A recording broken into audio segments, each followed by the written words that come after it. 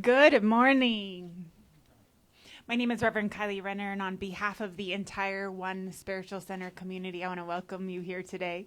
Thank you for bringing your presence into this space today. It's a particularly beautiful morning here in Albuquerque, and I know some of you are watching from places where it is much, much colder, and so we're sending you warmth this morning. I also hear there's some sort of sports ball thing happening today. I don't know. I'm not sure. It's always my favorite day growing up to go to the beach because in Maui, everyone was watching some sort of thing on TV and not at the beach. And so those of you watching from Maui, go to the beach for me, please, today. Glorious. So thank you for being here today. Thank you for bringing your presence and your love into community. As we experience just the preciousness of what it feels like to be together today. And we're going to begin with some prayer. So if you're comfortable closing your eyes, we're going to just enter into this space today.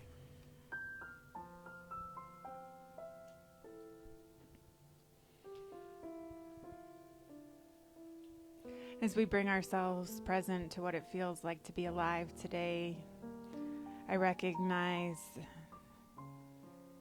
this sweet moment.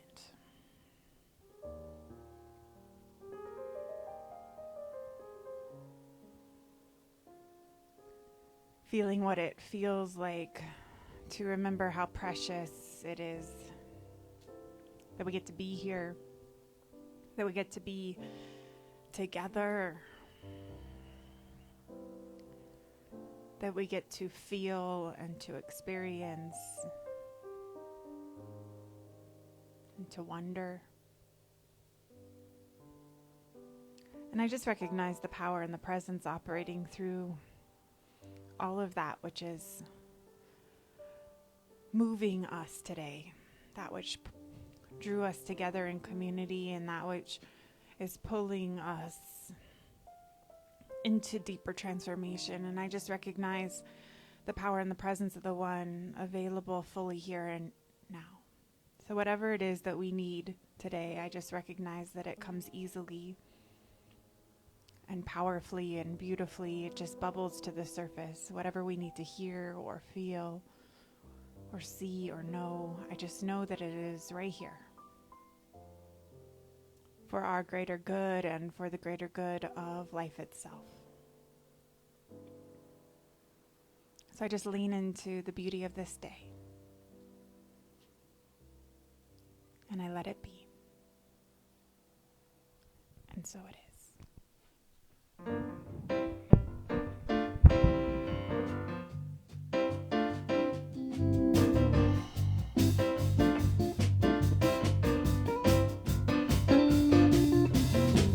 This morning with my mind stayed on freedom. I woke up this morning with my mind stayed on freedom. Woke up this morning with my mind stayed on freedom. Hallelujah, hallelujah, hallelujah. Walking and talking with my mind stayed on freedom. Walking and talking with my mind stayed on freedom. Walking and talking with my mind stayed on freedom. Hallelujah, hallelujah, hallelujah. Singing and praying with my mind stayed on freedom. Singing and praying with my mind stayed on freedom. Singing and praying with my mind stayed on freedom. Hallelujah, hallelujah, hallelujah. Woke up this morning with my mind stayed on freedom. Woke up this morning with my mind stayed on freedom. Woke up this morning with my mind stayed on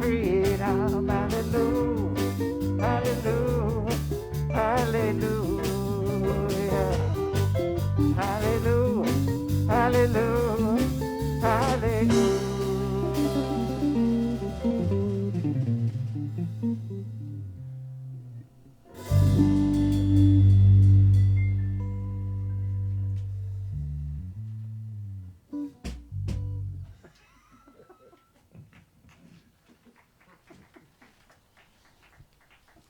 So to prepare for our meditation this morning, I've chosen a poem by Mary Oliver.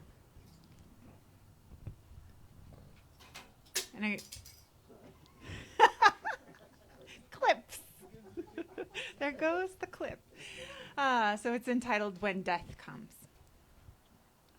When death comes like the hungry bear in autumn, when death comes and takes all the bright coins from his purse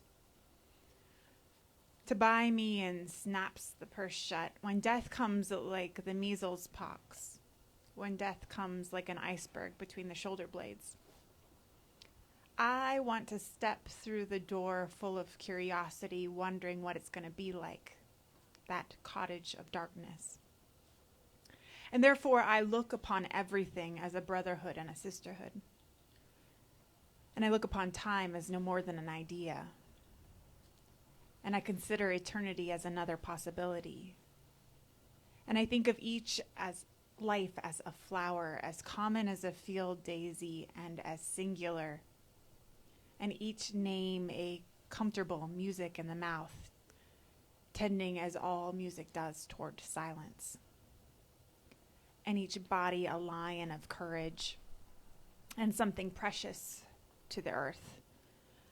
When it's over, I want to say all my life I was a bride, married to amazement. I was the bridegroom taking the world into my hands. When it's over, I don't want to wonder if I have made of my life something particular and real. I don't want to find myself sighing and frightened or full of argument. I don't want to end up simply having visited this world. And so we take that sense of wonder and amazement, this invitation not to just have visited being here, and we're going to allow the meditation to move us today.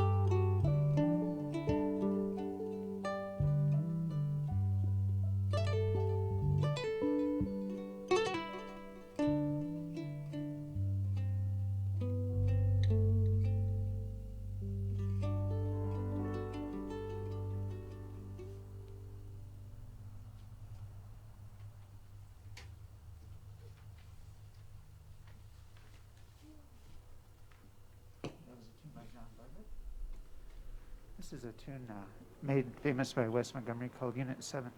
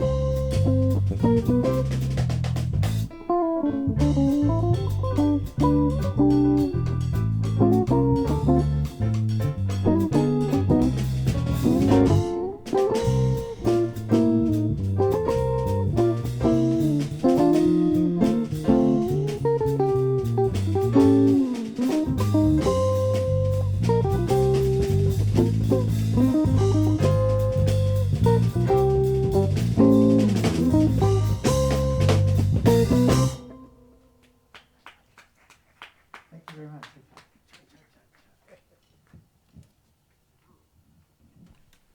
Thank you, guys. It's great.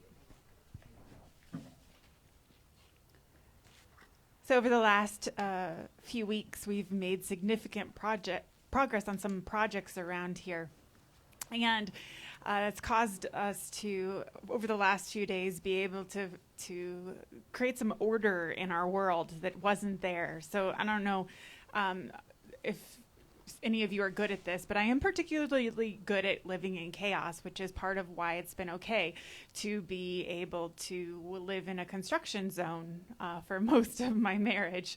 So we moved into this home 3.5 years ago now, and we've been working on it slowly, and priorities changed and the pandemic happened and we switched what we were working on over and over and over. But so this week, as the order kind of came into my life for the first time, I've been walking around going, oh my God, this is amazing.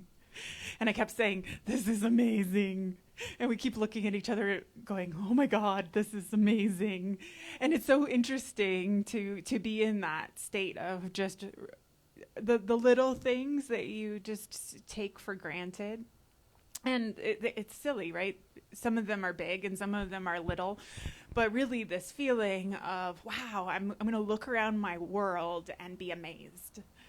And I know that we often lose that, right? Because we get so used to things being the way that we think they should be. So I was reading this book that Abraham Joshua Heschel's daughter put together after his passing. And he writes about and speaks about radical amazement. And I love this sense he brings. So this is what he says. The greatest hindrance to knowledge is our adjustment to conventional notions, to mental cliches. Wonder or radical amazement, the state of maladjustment to words and to notions, is therefore a prerequisite for an authentic awareness of what is. And so I love this idea that we have to get maladjusted to our notions and our words and our conceptions in order to actually get in touch with what is. And I think that this is really important, especially in this time where so much feels maladjusted, that we could start to use it as an opportunity to ignite our wonder and our capacity to be amazed by all of the goodness and also all of the crap. Like that we could actually use that to get into deep touch with what is. And I think that there's this sense, especially as life keeps on providing us opportunities. There's this very sweet little yellow bird that's joined us, by the way. So I'm just in amazement and wonder of the beauty of it all. Because if you step back, right, like viruses are amazing. And vaccines are amazing. And the fact that we can figure out how all of this works on any level is amazing. And there's little yellow birds are amazing. And this particularly beautiful day is an opportunity to be in amazement. And when we ignite that, and we ignite that wonder, we open ourselves to what it really means to be here. So that's why I chose that poem by Mary Oliver to start with. One, because I love the line, when it's over, I want to say it that all of my life I was the bride married to amazement. But I also love this notion that we haven't been actually just asked here to be visitors. That we've actually been asked onto this planet at this time to experience and to be present and to change and to create, and that we can only do that if we're really in touch with what is. We can't do that if we're just visiting, if we've lost our sense of wonder. And I realized when I was thinking about this week that I like to be in wonder about the things that I think are the way they should be, the beautiful things, but I don't like to be in wonder about the things that feel like they aren't unfolding as they should. That I have this way in which I step back and I don't want to be in amazement of those things. But if I'm really in touch with what is, I realize that I have to be in amazement about cancer and the way all of that works, and I have to be in amazement about climate change. And I have to be in amazement and wonder about all of it, because then I get into deep touch with what is. And I stop being just a visitor, and I start to realize that there is opportunity to see the divine working through all of it, even in ways that I don't understand. And in fact, because I don't understand, there's even more room to step into a sense in which I'm asking the divine within, spirit within, to show me the way. So Abraham Joshua Heschel went on to say, standing eye to eye with being as being, we realize that we are able to look at the world with two faculties, with reason and with wonder. Through the first, we try to explain and adapt to the world to our concepts. And through the second, we seek to adapt our minds to the world. And I think that this is one of those beautiful things about being fully human, is that we get to do both of those things. That we get to be shaped and do the shaping. That we get to realize where our concepts can only take us so far, and then allow ourselves to then be moved in a deeper way by what is. So Dorothy Soel wrote, "To be amazed means to behold the world like God after the sixth day of creation, and to be able to say again, and for the first time, look how very good it all is."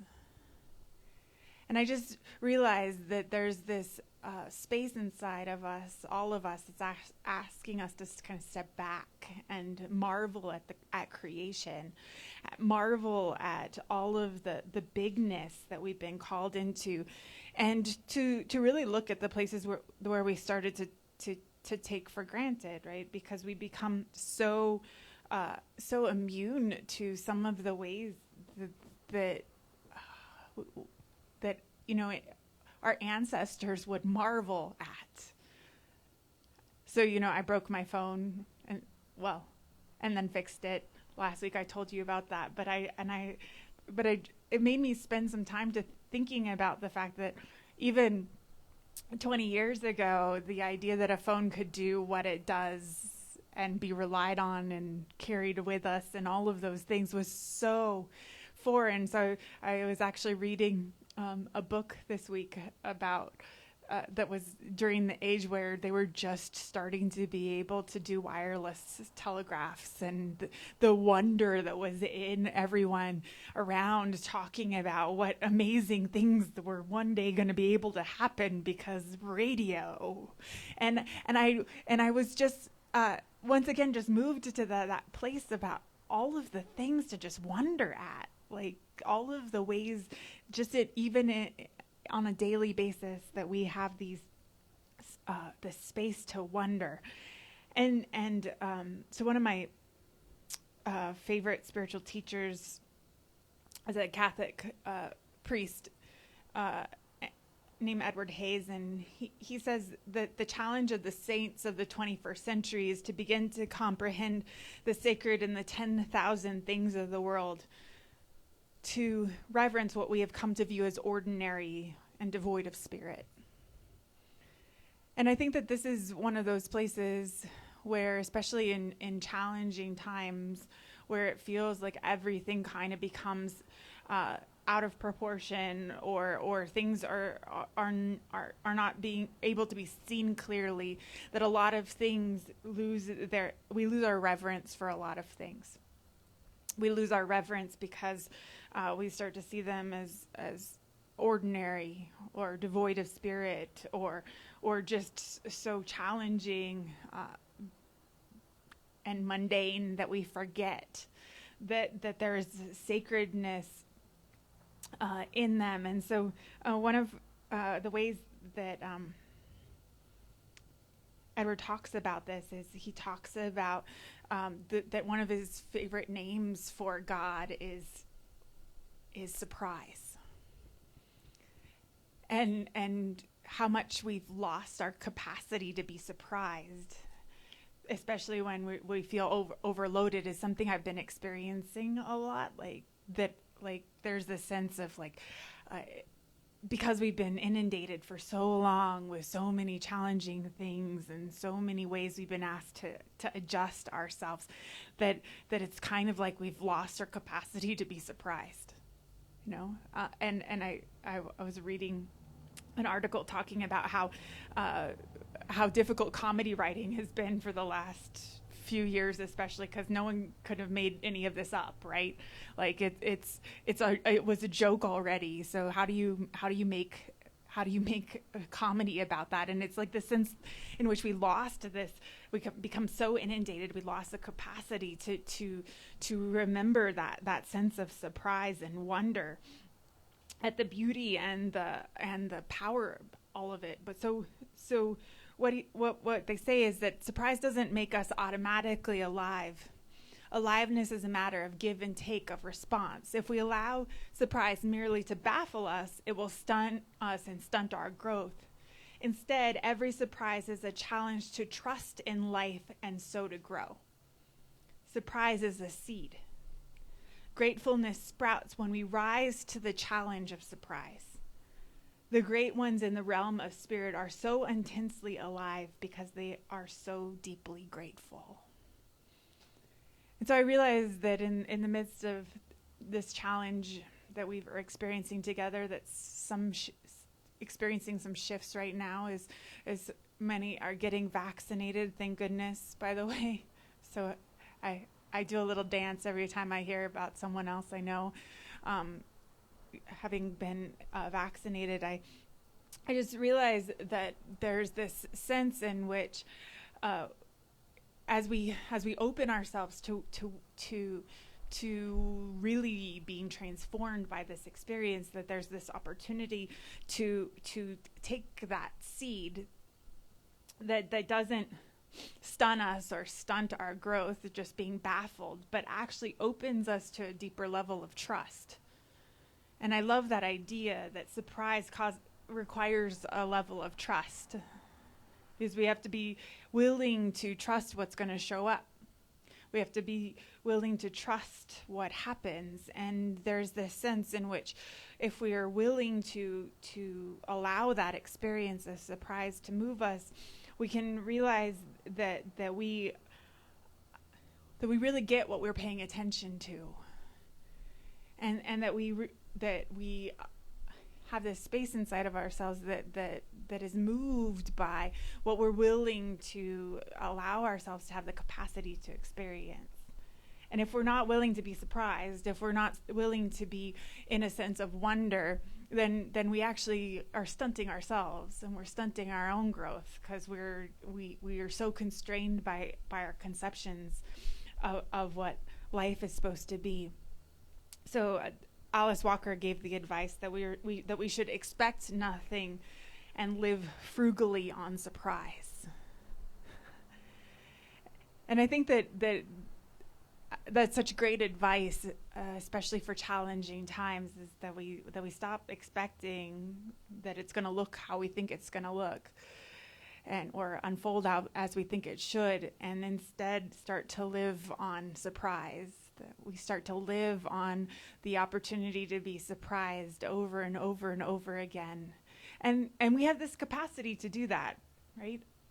If we are not resisting it. And I just realized inside of myself that every time I resist that surprise, every time I resist not knowing, or not just being in wonder about what's going to show up next, and every time I enforce my expectations, that's where I get overwhelmed.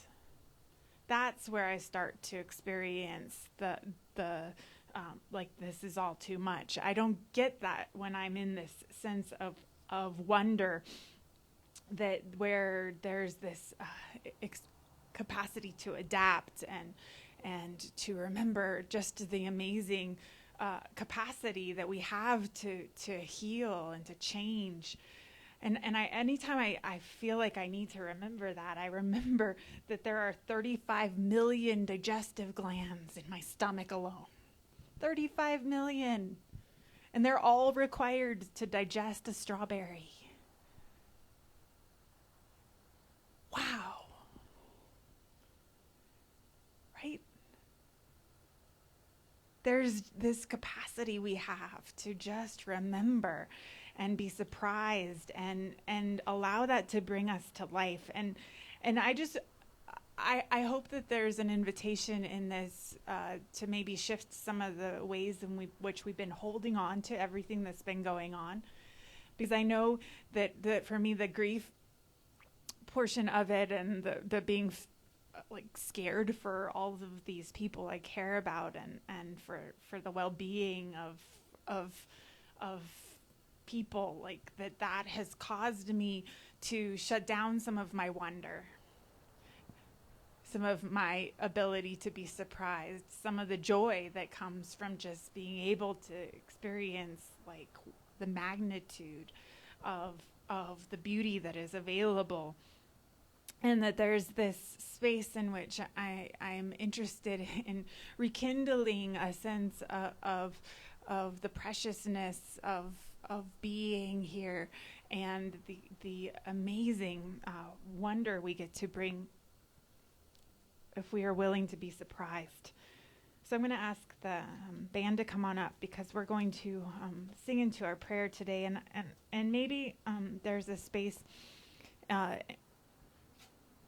in which we realize that our lack of amazement has caused us to shut down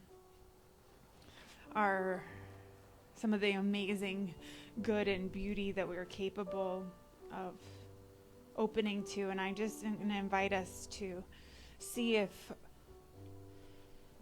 moving into this place of wonder and awe that we get to be here at all allows us to hold all of that which is challenging us to be even more creative than ever before, that we just see what happens with prayer.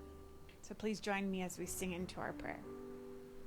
A prayer of love lifts us high. It heals us, sustains us, and sets us free. Our prayer of love lifts us high. It heals us, sustains us, and sets us free. Our prayer of love lifts us high. It heals us, sustains us, and sets us free. Our prayer of love lifts us high. It heals us, sustains us, and sets us free. So our prayer of love today is a prayer of radical amazement. As we open ourselves to our capacity to experience wonder and surprise as names for the divine. As Spirit asks us to move away from our notions and our conceptions, our words and our ideas, and asks us instead to open to being moved.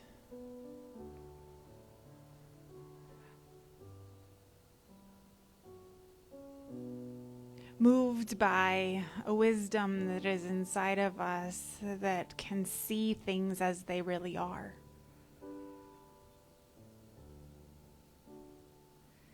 And when we get our expectations out of the way, what we are available to receive and to experience and to know is so much deeper and more powerful.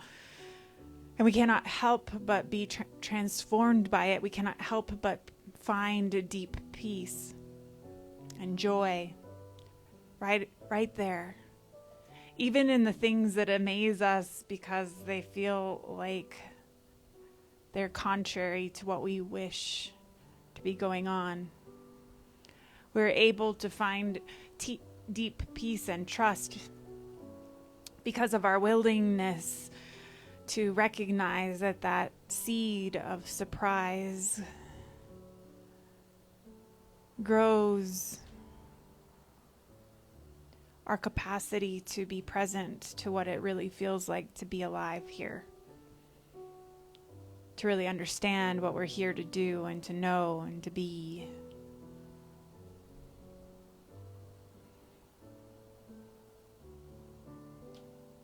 So we recognize the mystery at work, right here and now. And we honor all of the millions of things that in each moment occur without us even thinking about them, that allow us to breathe and be and digest and know and allow, all happening right here.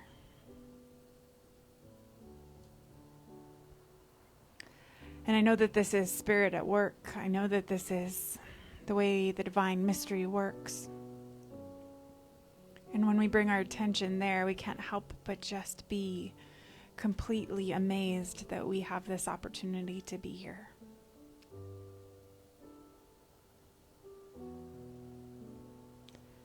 And how precious and sweet that is. And so I just lean into that sweetness.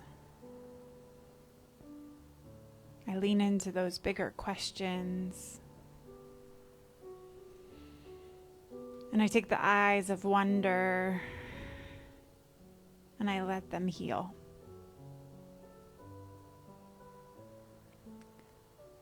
And I let it be. And so it is. A prayer of love lifts us high. It heals us, sustains us, and sets us free. A prayer of love lifts us high. It heals us, sustains us, and sets us free. A prayer of love lifts us high. It heals us, sustains us, and sets us free.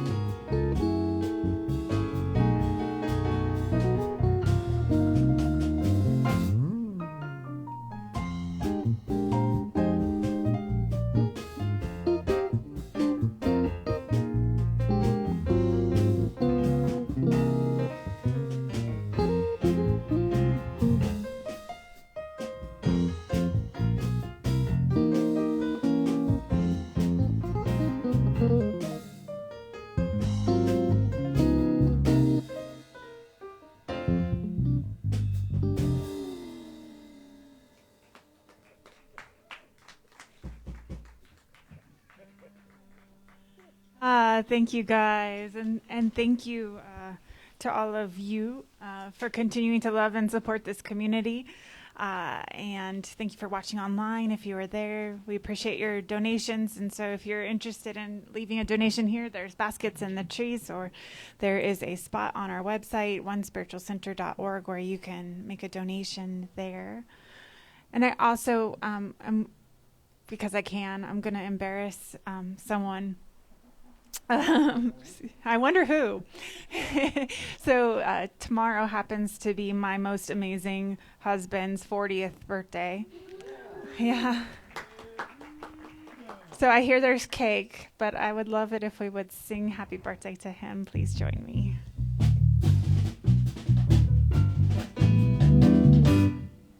Happy birthday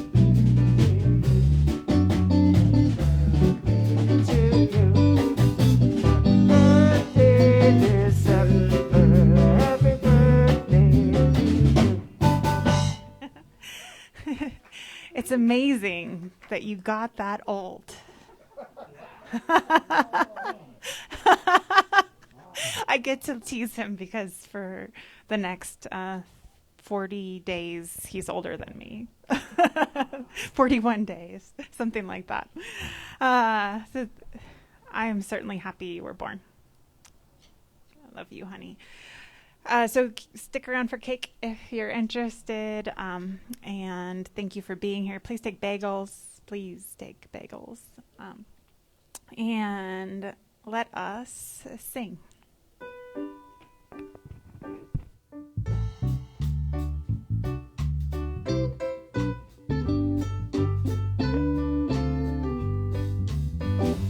One love, one heart. Let's get together and feel alright. One love, one heart. Let's give thanks to the Lord and we can feel alright. People get ready, there's a train a-coming.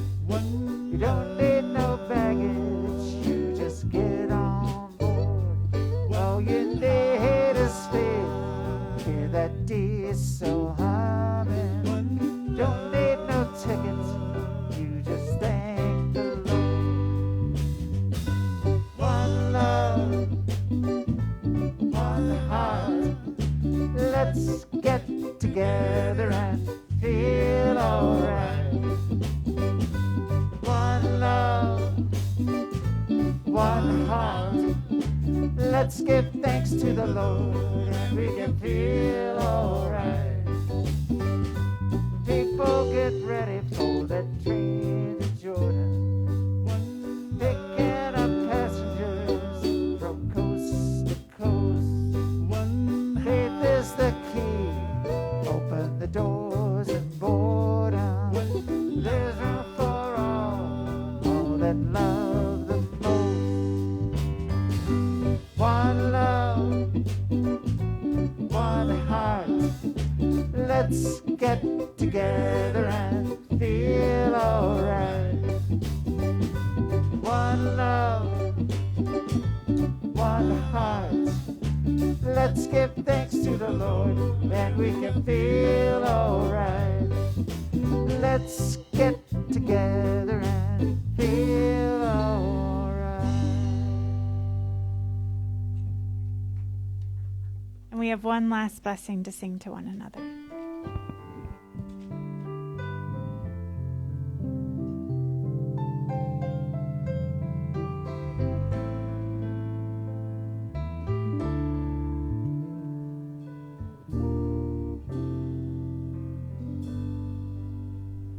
Go forth and walk in beauty